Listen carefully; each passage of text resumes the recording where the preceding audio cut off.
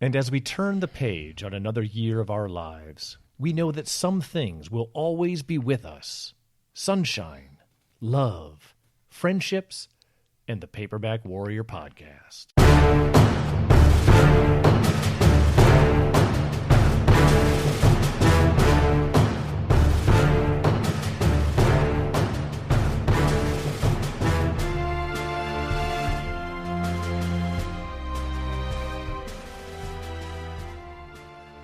Welcome to the 72nd episode of the Paperback Warrior Podcast, and the first episode of the year 2021.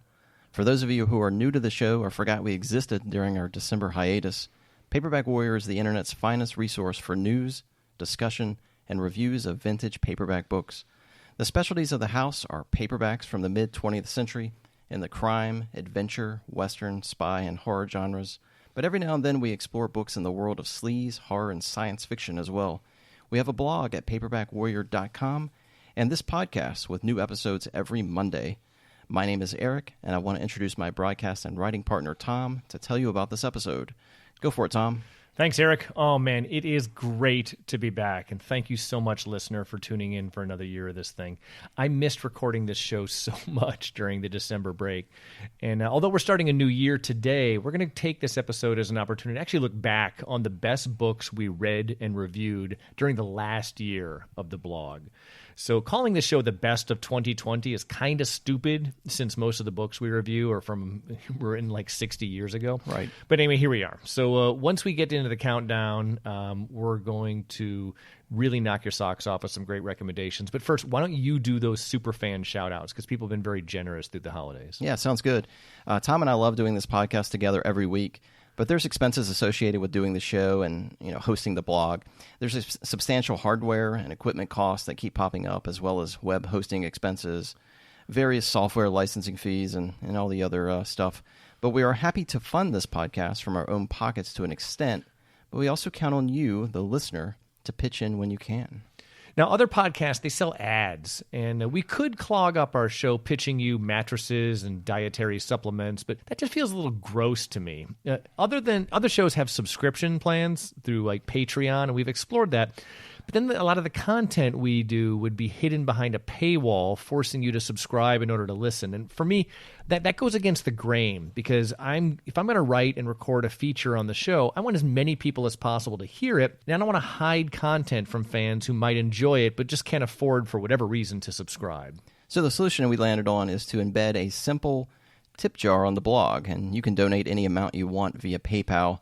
You can find the PayPal link on the upper right-hand corner of the desktop version of the blog at paperbackwarrior.com. It's not there on the mobile version. I'm not sure why, but you'll have to click through to the full site in the upper right-hand corner, and you can just click there and give, any amount you want, and we'll funnel all that money back into the show. Right. If for some reason you prefer to use Venmo, I'm willing to do that. You can just donate to us via Venmo using @Simon here, SIMONHERE on Venmo, and I'll make sure it gets into the podcast kitty. And every month or so, we like to recognize the super fans who donate with a shout out on the show. So Eric, please recognize these heroes. Yeah, this month we want to recognize the following super fans who keep the lights on around here. I've got Oliver Pink, Marshall Blankenship, David Kowalski, James Cicera, Dennis Miller, Peter Roble, Frank Soka, Edward Elliott, Mark Hinton, William Sims, and Michael Schramm. That's a long list. It is. Thank you, superfans. You are appreciated. We love you. So, Eric, I want to hear about your Christmas break. I've texted you almost every day during the break. This is the first time I've actually seen you and had a chance to actually have a real conversation. Yeah, man, it was really nice to have 4 days off from work. And I'm a shut-in. So you're an agoraphobic. I am. COVID-19 was like built for you. It really was. It's like an event just coming over to your house to record. But my family stayed around the house, so my wife had to work on Christmas Eve, and my stepdad and I volunteered at church.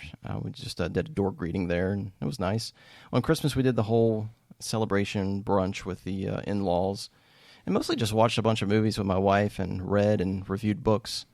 How about you? Well, for the week leading up to Christmas, my extended family all converged on Steamboat Springs, Colorado for a ski vacation. Now, I actually don't ski, and I hate the cold weather. But I was kind of looking forward to hanging out at the ski resort. I was going to read a lot, exercise in the gym, eat like a Viking, maybe do some book hunting. One thing I forget, though, is that living in Florida, where everything is still pretty much open and unrestricted, you forget that the rest of the world is still largely locked down because of this COVID-19 pandemic. Nothing was really open in Colorado except for the ski slopes and the gym that I went to. It was pretty grim, and there were absolutely no used bookstores to find. But I ended up reading a lot and doing some writing and all that. So mostly I'm happy to be back in Florida, even though it's a bit cold here at the moment. Did you end up getting any books as gifts? Yeah, kind of, sort of. So Sarah and I were married on December 14th of 2020. That's an anniversary. Yeah, so it's a 1-year anniversary. And wait, no, you were married in 2019. Yeah. I'll start over. No, you can screw that up on the air. The fans will find it charming that you don't know what your anniversary is. Oh, my wife won't. But I guess preliminary to Christmas, I did receive some books as anniversary presents. This year, 1 year is traditionally the paper gift. Oh, that's right. Yeah, it's paper. Right. So yeah. Books fit in perfectly. As long as they're not divorce papers, it's probably good news. Right. But Sarah surprised me with additions to my Able Team and Survivalist series. And what she did, Tom, was she went in there secretly and she took a bunch of photos on my bookshelf, and she filled in the gaps of some of the longer series that I had.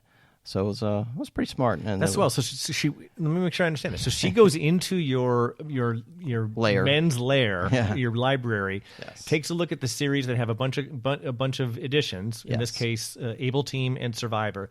She photographs them and then does the math to figure out where the gaps are. She looks at the numbers. Right. Yeah, numbers on spines. Then and she goes online and tries to source the missing volumes in that series. So get this. So she went to Chamberlain's, right? Okay. And she's It's looking. our local bookstore here in Jacksonville. Yeah, in Jacksonville. And she's looking there for the books, but she actually went to those, those cardboard boxes that are laying everywhere. Oh, geez, yeah. She started digging through those. Wow. To get the missing books. It's a miracle she doesn't have hepatitis. I know, right? That place is filthy. I mean, it's filthy. It is. But yeah, that's what I ended up getting, and I was really excited about Well, that's great. My mom really came through for me this year. She got me 2 trade paperbacks of pulp-era short stories. The first one is The Complete Cases of Inspector Allhoff, Volume 2. Now, I already had Volume 1 by D.L. Champion. The stories in it all appeared in Dime Detective magazine between 1938 and 1945, and they star a crippled detective. I read a bunch of these stories and liked them, and I'm going to actually do a complete feature on this Allhoff character and the background on it because it's pretty interesting, but I'll do that in a future episode. Mom also gave me an anthology of stories from Black Mask magazine starring a detective named Luther McGavick, written by Merle Consteiner, or Consteiner? I don't know. Yeah. The gimmick is that Luther McGavick is a private eye based in Memphis, Tennessee, who takes on cases in the Tennessee Hill Country in small towns. The stories are supposed to be very rich in place, as Luther is an outsider, kind of serving as a tour guide of this odd world of the Deep South as he's solving these mysteries. Now, Merle Consteiner is supposed to be an excellent writer, so I'm really looking forward to tackling the 4 novellas in this volume, which were all originally written in the 1940s. I gather there were 11 Luther McGavick novellas published, and so hopefully this particular compilation sells. Now, if you want to check it out, the collection's called Let the Dead Alone, The Complete Black Mask Cases of Luther McGavick by Merle Consteiner. And I'll update you, the listener and reader, with the review after I'm done with this one. Hey, going back to the Inspector Allhoff, you said crippled detective. What's the name of that genre? You came up with it a few months back. Well, now I did not come up with this name because I do not want to be protested by disabled people. But we talked about it though. The pulps were called the Defective Detective. Defective detective. Yeah. Okay. So I think that's totally cruel, and we ought not to be talking about people who happen to be missing a limb as defective. Yeah. I think you brought it up on the. I did. What was it? Bruno Fisher. Probably Bruno Fisher. I think he wrote it. He wrote his own defective detective series about a handicapped detective. Hey, did you participate in Paul Bishop's Vigilante Santa gift exchange this year? No, and I really wanted to, but as you know, and maybe the listeners know by now, I'm an insurance agent by day, and my busiest time of the year is October through the first week of December, so I had to keep my activities to a minimum, and I skipped it. Did you get in on it? Okay, we should probably explain this. So Eric and I are friends with this mystery and Western author named Paul Bishop. And he co-hosts the Six Gun Justice podcast along with a dude named Richard Prosh. And as an aside, thank you to Paul for hosting a couple of the episodes during our December break. Anyway, every year Paul puts together this gift exchange via the mail among interested members of a Facebook group he and I moderate together called the Men's Adventure Paperbacks of the 20th Century. Now, the members of this group are given a name and address of another member of the group who they anonymously send 2 Men's Adventure paperbacks that they think the recipient will enjoy. In return, they receive 2 books from another anonymous participant. It's like a secret Santa for like bookish middle-aged dudes. The idea is that you get sent a good reading copy. You send a good reading copy to your guy. It shouldn't be like a dumping ground for garbage. So this year, I received the name and address of a guy named Peter Ackerman I was supposed to buy for. Well, wait, what did you get him? Okay, so I had fun with it. I don't know Peter personally, but I took the time to actually like stalk him online and research the types of things he posts that he enjoys on this Facebook group so I could see what he liked. His posts had a lot of Nick Carter Killmaster books in them, and he also bought a lot of Western series titles, including adult Westerns. So this guy was right up my alley as far as being able to help him out. He also liked TV tie-in stuff, and he's posted pictures of like Ironsides books and Man from U.N.C.L.E. books. So I grabbed this shoebox, and I sent him a dozen or so books. I focus on Westerns by members of the Facebook group itself, Robert Randisi and James Reasoner. I thought that would be kind of nice. I also sent him a Canyon O'Grady adult Western and a Nick Carter Killmaster book that Randisi wrote. His tastes were pretty eclectic based on my research, so I threw in some other random vintage paperbacks. I think I threw in 2 Modesty Blazes and stuff like that I thought he'd enjoy. Now, I was worried about sending him just 2 books because it would be such a bummer if they were duplicates from what appears to be a vast library that he has. In any case, I had fun curating the books that I was going to send him, and if Peter's listening, I hope you found something there to enjoy. Did you get an anonymous package from your Secret Santa? Yes and no. Okay. Right. In fact, let me vamp for a second. I'm going to walk across the room and show you what happened. Say something. Yeah, well, I'm kind of curious about this. All right, what you got? Oh, he's got a whole stack here. Yeah. So bringing it here's all what over. happened. So, gee whiz. we do this podcast, and publishers often send us books that we might be interested in reviewing. Yeah. One of the publishers that we have a good relationship with is Wolfpack Publishing, which is owned by a guy named Mike Bray. We've talked about him. They do a really nice job. And so Wolfpack does publish some old stuff, which we would fall right into our bailiwick, but they also publish a lot of new stuff as well. And they're very successful. You should check them out at Wolfpack Publishing. So out of nowhere, with no note and unsolicited, I get a package from Mike Bray with these 5 trade paperbacks. Stephen Mertz, Cold in the Grave, Mountain Massacre by B.N.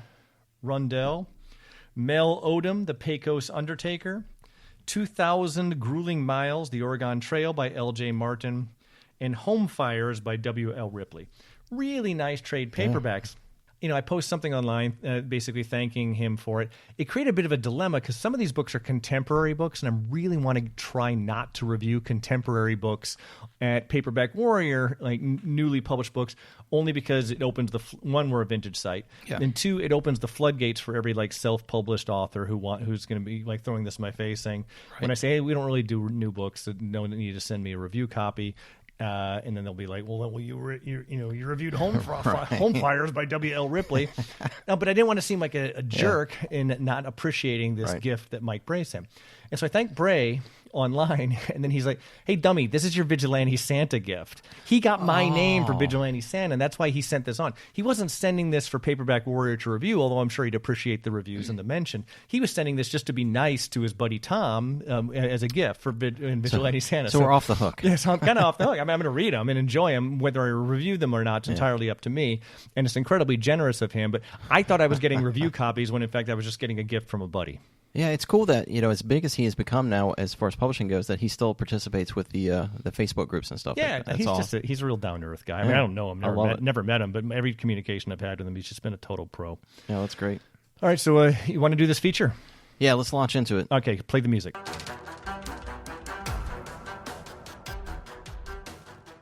Okay, so as we are turning a page onto the 3rd year of the podcast, I wanted to use this week to look back on the year that we just completed. Now, Eric, you are actually the manager of Paperback Warrior. I'm just a junior partner in the firm. What was our output in 2020? Yeah, I wanted to dig into this a little bit because it's really interesting. And I'm going to start with the reviews that we posted to the blog in 2020. Lay it on me. So you and I collaborated on posting 245 reviews. Oh, my God. That's a lot of books. That equates to 141 books reviewed by me and 104 for you. Okay, which makes sense. You're outpacing me because I do most of the writing for the podcast, which allows you to do more book reviewing. Well, you've also got all that driving time with your day job, and I'm just in my pajamas all day. Right. The agoraphobics always have a lot of time to read it, right? In terms of annual review numbers, as big as that was, 2020 was our second most productive year. In fact, 2018 produced 289 reviews total. Which would make sense because we were only doing the podcast for a few months of 2018, right? And we may have had some extra reviews thrown in there from Christopher Snowden. That's right. He was writing for us at that time. Yeah. He did a few. Now for the podcast, we aired episodes 25 through 71 in 2020. This is excluding the month of reruns that we did last month in December. That's 46 episodes we presented to our fan base. Wow, that's great. And if each one averages maybe a half hour to 40 minutes, that's a lot of hours of content. That's a lot of talking. The other thing that's kind of cool, if not to toot our own horn, is that the episodes are evergreen, right? We're not talking about like current events that occurred now. So someone could listen to these 5 years from now and it'd still be relevant to them. They're getting book recommendations of books that were written 60, 70 years ago. Yeah, 90% of our show is just talking about the vintage books. Right, yeah. For the blog itself, we received 326,000 unique views. Wow, that's a lot. Tom, I've got a few more stats here that might surprise you. What 2020 review do you think was viewed the most? Oh, man, I have no idea. And if you can't think of a book, which is going to be hard to do, how about throwing me the author that you think maybe wrote the book? I know that our Charles Willeford reviews always get a lot of heat online and discussion in Facebook, so I don't know if that necessarily marries to clicks. Okay. Am I right? So I'm going to say Miami Blues by Charles Willeford, but I'm literally just pulling that out of my keister. Yeah, you are. So so get this. I'm going to do five. Do five of these. So coming in at number 5 was Kiss or Kill by John Burton Thompson. Weird. That's a cutting-edge book. So I'm thinking maybe Goldberg, who owns Cutting Edge Books, may have spread the review around a little bit. Maybe I don't even think I loved the book that much. But you didn't. Yeah, but that's okay. It's fine.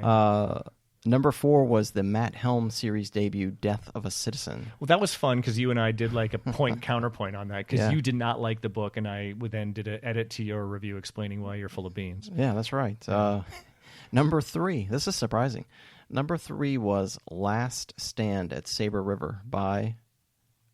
Oh, is that Elmore Leonard? Elmore Leonard. Okay, well, he's like a big bestseller, so I could see someone just Googling Elmore Leonard stumbling upon that. That would make sense, I guess. This one really surprised me. The second most viewed review on Paperback Warrior in 2020 was The Avenger #1 Justice Inc. Now, this is the pulp one, not the... Kenneth Robeson? Yeah, right. not the 90s Chet Cunningham one. Okay. So that's number 2. Again, kind of makes sense, right? Because the pulp guys are a whole different subculture than the paperback guys sometimes, so they could... Yeah. Yeah, all right. And we don't have that much pulp stuff, really. I want to do a little more of that, though. Yeah. Go ahead. Number 1. You ready? No, yeah, I have no idea. I could not even guess. Number 1 is The Crooked Circle, which was also known as Too Many Murderers by Manning Lee Stokes. Wow, weird. Yeah, I mean, I read crazy? it. It was kind of okay. It was one of those books from Armchair Fiction. Is Manning Lee Stokes, does he have a huge fan base? I don't think so. I mean, he was kind of a journeyman author. I like him. He's good. He wrote a ton of Nick Carter Killmasters. Weird. I can't imagine why that one got such heat, and I don't think our friends at Armchair Fiction, who did the reprint of it that I reviewed, have much of an online presence other than their own website. It's not like they have this giant Facebook following like Lee Goldberg does, where he points people at our review, they go off. Makes no sense to me. So think about this. You did a number of Paperback Warrior primers in 2020. Yeah, like feature articles on series and stuff. Yep, exactly. The number 1 primer that was viewed is The Life, Literature, and Death of a Guy Named Ronald Haydock. That makes sense to me, because that one, you get the rock and roll guys, but then there's this whole subculture, the sleaze guys, right? The guys who like these softcore porn novels from like the 1950s, and Haydock wrote those. And makes so sense. That's a whole different subculture that like got turned on to that article. So I guess that sort of makes sense. More people read that article than the number of spins he got with his hit song on the radio. Seriously. That's probably right. That's probably right. The most listened to podcast episode of 2020. I know this one. Yeah, you know this. Go ahead. Yeah, this was our Casca episode. Yes. That one went ballistic online. I cannot. Yes. I mean, I guess people just like the controversy of us finding somebody who was a plagiarizer, who was stealing other people's books like Rambo, and into a Casca book. And so, but that one just I couldn't imagine that anything going as viral as that one did for us. Yeah, and that was episode 48. And if you haven't listened to that episode, listen to it. I'm really proud of it. I mean, people were describing it as like a 60 Minutes episode. And the last thing I'll share, and this one is related to the Amazon affiliate link that's on our website. Those of you that read our blog reviews, normally at the bottom, no matter if the book was good or bad, we should give you a link to buy a copy of it online through Amazon. We get a little piece of the action on that, so you should do your Amazon shopping clicking through the Paperback Warrior site, because that helps support us and helps us wet our beak a little bit. Yeah, and do you order anything? Yeah, I did a lot of my Christmas shopping through our affiliate link, so that's a good idea. It would boomerang back into the podcast. Yeah. But through the Amazon affiliate link, Tom, visitors purchased 1,663 items through Paperback Warriors affiliate link. A lot of sex toys, right? Marital age. I'm sorry, it's a family show. Yeah, probably like 300 of that is books. Okay. Well, that's good. Because they go there and then they start shopping for other stuff. Yeah. No, if I had to buy like a washer dryer from Amazon, I would go through us. Yeah, but Amazon made a lot of money off of us, and it's hard to believe that without us, Tom, Amazon would just be a peon. They'd be nothing. The world of they would be commerce. nothing. We made those guys. Yeah. So are you happy with the way things are going with Paperback Warrior? Yeah, I mean, I'm really happy with our progress thus far. I mean, I think it's still kind of new. It's been a lot of fun, and, I enjoyed the recent expansion that we made into sci-fi and horror. I think that's really added a whole bunch of ideas that we can bring to the table. Agreed. And I'd like to explore more ideas with the show, and I just don't have enough hours in the week to incorporate everything as far as reading, reviewing, formatting, scheduling, doing the podcast. It's just a lot. But I really, at some point, want to do a video show. Maybe if it's just one video show, maybe one or two a year. But I want to do that. How do you feel about that? I think about it a lot because I see the numbers that our friend in England, Jules Burt, is pulling on his YouTube channel.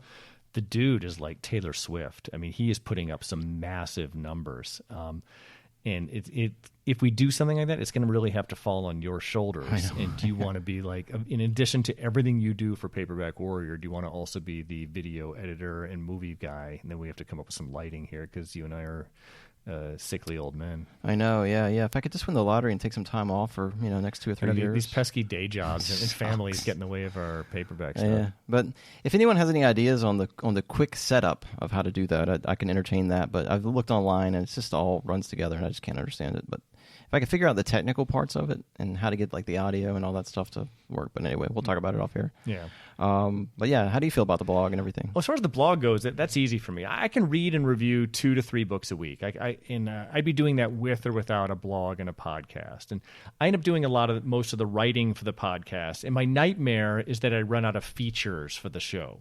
Now, the solution to that is that we just do more all-review shows. Like we just go back and forth reviewing and discussing books that we like that are thematically tied in some way. In fact, we did that with our All-Spy Spectacular last year. Or I can just research and do features on articles or series titles that I haven't even read yet. Like I want to read the Quiller books by Adam Hall. I haven't read the books yet, but I can research and give the backstory on the series and share the consensus among critics on what they're like and maybe read them in the future. I'm going to figure something out to keep this show alive because I really enjoy doing it, and it's just important to me. I really like doing this show. And I'm going to provide my canned response as usual to you. And I promise I'm going to write more for the podcast this year.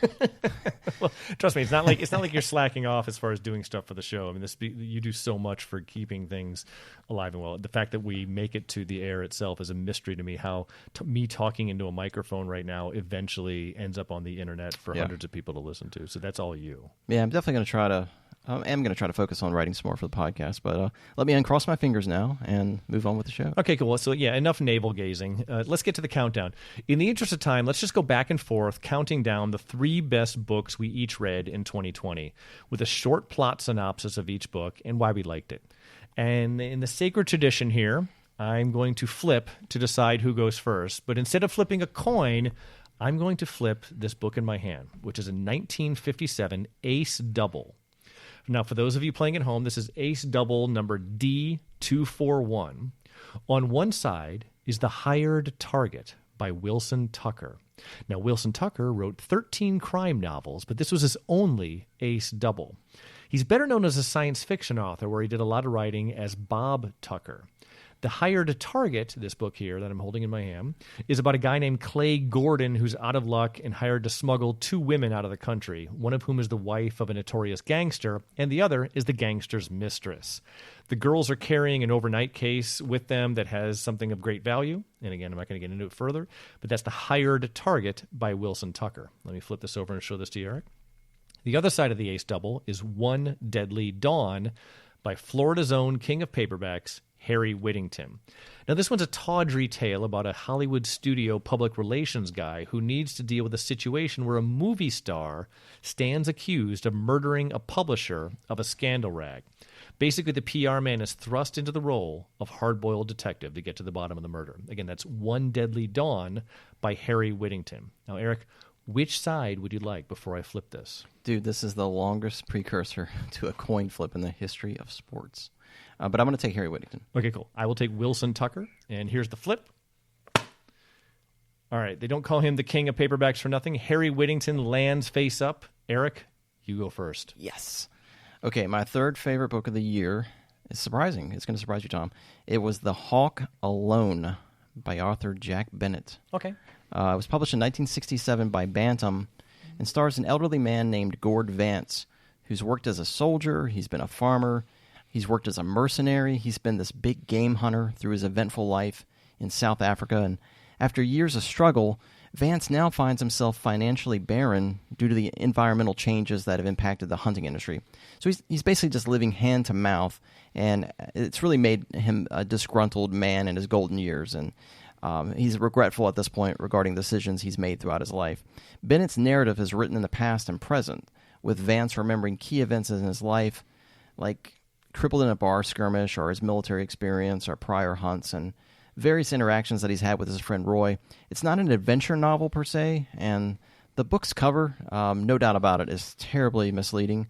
But as an entertaining novel that made me have just this vested interest in a character, The Hawk Alone by Jack Bennett is absolutely brilliant. All right, cool.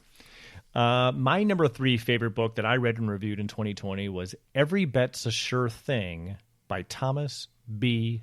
Dewey. Now, the book was written in 1953, and it's the second book in the author's series starring a private eye known only as Mac. In the story, Mac is hired to shadow a lady and her 2 kids as they make their way on a train from New York to Los Angeles. So much of the book actually takes place on a moving train. The best thing about the book is this main character, Mac. He's such a good and likable guy that you want to be his friend and spend more time with him than the book will even allow you. At the same time, he's definitely a hard-boiled private eye who kicks ass and gets his ass kicked throughout the book. And the mystery as to why he's following this lady and her kids becomes clearer to him over the course of the novel. I'm really excited to read more books in the Mac series this year. And again, the book is Every Bet's a Sure Thing by Thomas B. Dewey, and it's my 3rd favorite book of 2020. Eric, what's your number 2? My number 2 is The Empty Trap by John D. MacDonald. It was originally published by Fawcett Gold Medal in 1957. My God, Tom, this book is so graphic and violent. I was just blown away by the brutality that's imposed on some of these characters. MacDonald hit it out of the park with this book, and it's about a guy named Lloyd who's skimmed nearly $100,000 from his employer, which is a crooked casino calling itself the Green Oasis. And now he's a broken shell of a man about to meet death. And his former boss is a guy named Harry, and they Harry and his criminal cohorts, they gang rape a woman that Lloyd is in love with, and they leave Lloyd beaten and destroyed in this desert. But Lloyd miraculously survives and comes back for Harry and his men in what I would call the traditional gritty spaghetti western. Lloyd contrives a plan to avenge Sylvia's death, but falls in love with this coworker amidst his revenge strategy. This book made me feel so much, and it's just a real testament to the strength of MacDonald's writing. Again, this was the second best novel I read this year, and it's The Empty Trap by John D. MacDonald. Well, that's cool. So my number 2 book of the year is Miami Blues by Charles Willeford, a novel published in 1984.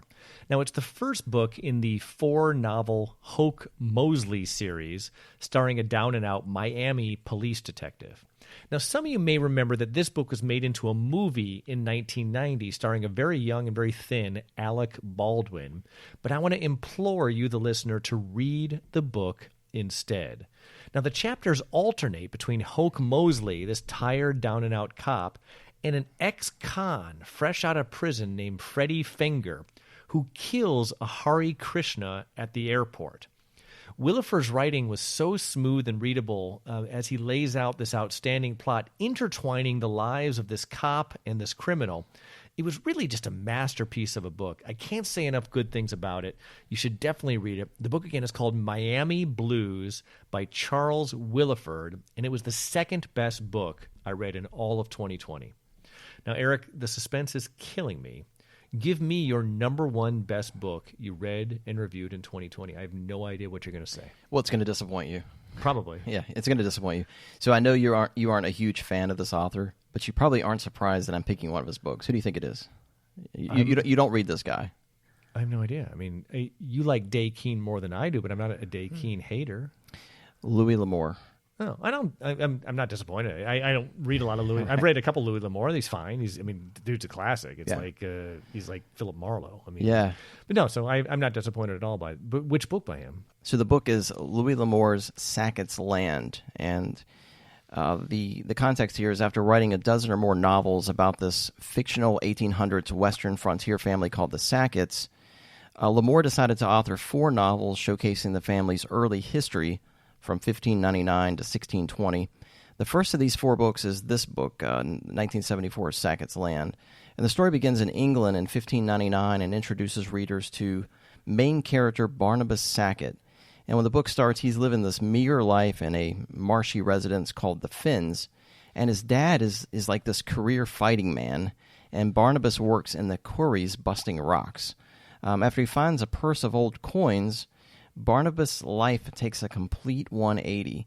Now, after having a heated exchange with the Earl's nephew, Barnabas is assaulted and placed on a pirate ship headed to America, which otherwise is known as the New World, and it's here where Barnabas leans heavily on his survival skills, outwitting the pirates while being enslaved, but his joy is short-lived when he finally arrives in the mysterious New World. It's here that he must outrun pirates, fight Native Americans, and survive in this foreign land. It's an epic adventure story complete with swords, muskets, cannonballs, and so forth. It's the quintessential adventure story to me, and one that is not only one of the best books I've read in 2020, it's probably one of my favorite books of all time. That's great. I love this book, and I really love the 3 sequels to it, all of which are reviewed on the blog, and you can use the desktop version and see tags on the right-hand side. Just look under Louis L'Amour or Sackett's, and you'll find those reviews. Again, that's Louis L'Amour's Sackett's Land. Yeah, I've edited a bunch of your Sackett reviews that you write. Maybe we want to do a feature and you sort of explain the whole Sackett universe, because it's sort of like Louis L'Amour's Marvel universe. I mean, it spans generations and several different books, and I'd love to hear kind of a comprehensive thing as to what that's all about, because I don't even know that I still have my hands around it. So think about that for 2021. I will. Okay, so now the moment you've all been waiting for. I am so excited to tell you about this book because I've never talked about it on the show. Oh, really? Okay, so in March 2020, I received a message on Facebook from a Paperback Warrior listener named Jeff Gelb. He said he had a copy of this book that he wanted to send me if I hadn't read it yet. Jeff said it's simply amazing. Now, I told him that I had a copy, and I've been meaning to read it for ages, so there's no need to send a free copy to me. Jeff said the book is a total classic. He described it as pure pulp at its very best. And Jeff said he had never read a more hard-boiled novel in his life, and he hopes that I would get to it soon. 7 months later, I finally read it, and Eric, he was absolutely right. What's the book? What is it? The best book I read in 2020, and my number 1 book for the year's countdown is... Eric, it's the Holy Bible. Wow. No, just kidding. I'm impressed. Totally kidding. I'm totally kidding. All right, no. It's Solomon's Vineyard by Richard Latimer. Now, here's the deal. It was actually written in 1941. Now, before I tell you about the novel, I want to fill you in on the backstory. The legend of Jonathan Latimer's 1941 novel Solomon's Vineyard is likely more famous than the book itself, and here are the facts. In 1940, a Chicago journalist named Jonathan Latimer wrote a hard-boiled crime novel called Solomon's Vineyard, and it had lots of sex and violence. It's about a hard-drinking private eye seeking to rescue a woman from a bizarre religious cult. Because of the era, no one cared about the boozing or the considerable violence, but the sex, which I got to say was tame by today's standards, made U.S. publishers nervous. As such, they declined to make this book available to American readers. Now, British publishers were more forward-leaning, and they released the novel in 1941, and it became a minor literary hit in England. In 1950, a censored version of Solomon's Vineyard, retitled The Fifth Grave, was released for U.S. audiences with the juicy and scandalous stuff about the narrator's sex drive removed. You see, the main character likes big butts, and he can't deny. And that was just like what you did there. That was just too much for American readers to handle at the time. Now, when cheap paperbacks became all the rage, the UK's Great Pan Books reprinted the original version, along with other Latimer books, for the further delight of British readers. But the uncensored version of Solomon's Vineyard never received a U.S. printing until 1983. Jeez. Now, it's very fun for people to say that Solomon's Vineyard was banned in the U.S. for 42 years. But really, Eric, the truth is way more benign. It just wasn't until 1983 before it occurred to a wise reprint house to release the unedited original manuscript. Now, since then, the novel's been reprinted multiple times as a paperback, an ebook, an audiobook, and so you, the listener, will have no problem finding a reading copy. Anyway, so here's my review. Carl Craven is Solomon Vineyard's narrator, and he's a private detective based in St. Louis, Missouri. As the book opens, Craven arrives by train into a fictional town of Paulton during a sweltering summer heat.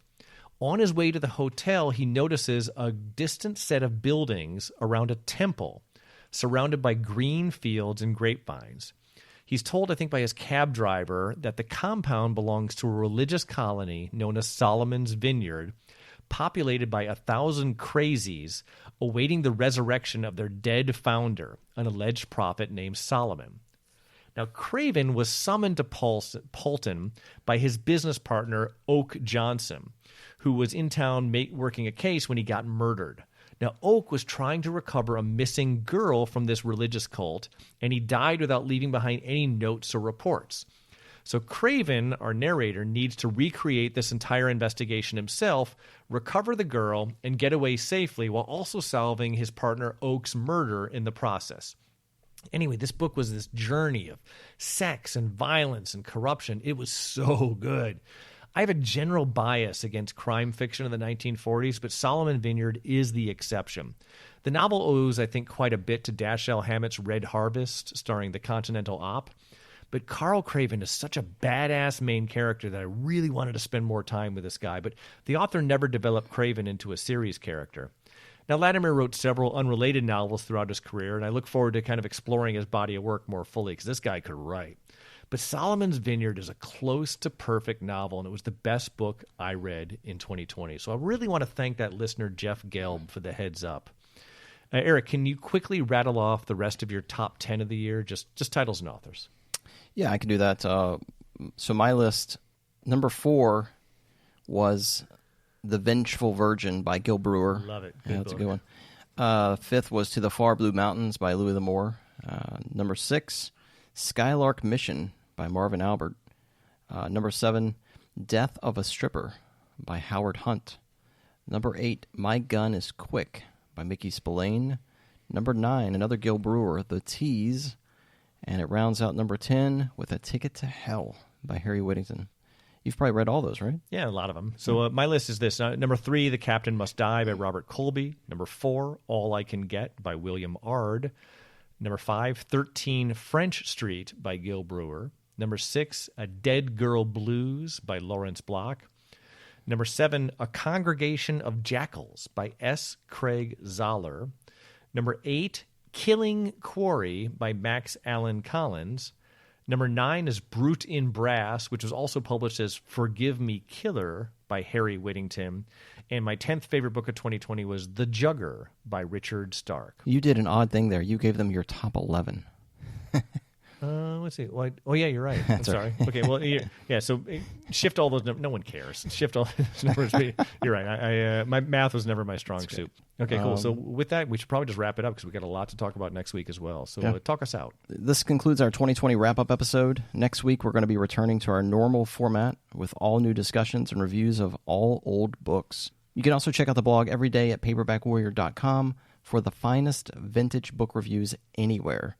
On behalf of Tom, this is Eric signing off this episode of the Paperback Warrior Podcast. Be cool.